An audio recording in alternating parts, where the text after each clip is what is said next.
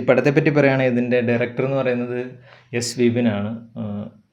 അദ്ദേഹത്തിൻ്റെ ഫസ്റ്റ് പടമാണെന്നാണ് എനിക്ക് തോന്നുന്നത്. പക്ഷേ ഇതിൻ്റെ ഏറ്റവും വലിയ എന്നെ സംബന്ധിച്ചിടത്തോളം ഞാൻ ഈ പടത്തിൽ എന്തുകൊണ്ട് എക്സൈറ്റഡ് ആയെന്ന് ചോദിച്ചാൽ ഇതിൻ്റെ പ്രൊഡ്യൂസറാണ് വിപിൻ ദാസ്. അദ്ദേഹത്തിൻ്റെ ജയ ജയ ജയ ആയിക്കോട്ടെ, ഫസ്റ്റ് പടം അന്താക്ഷരിയാണ്, പിന്നെ നമ്മുടെ ഗുരുവായൂർ അമ്പലനടയിൽ അതുപോലുള്ള സിനിമകൾ ഡയറക്റ്റ് ചെയ്യുക, പിന്നെ വാഴ പോലുള്ള സിനിമകൾ അദ്ദേഹം റൈറ്റ് ചെയ്ത് പ്രൊഡ്യൂസ് ചെയ്തതാണ്. സോ അദ്ദേഹം ഈ ഒരു പടം പ്രൊഡ്യൂസ് ചെയ്യുക എന്നുള്ളതാണ് എന്നെ സംബന്ധിച്ചിടത്തോളം ഒരു ഫസ്റ്റ് ഈ സിനിമയിലേക്ക് ഞാൻ ആദ്യമായിട്ട് നോക്കുന്നത്.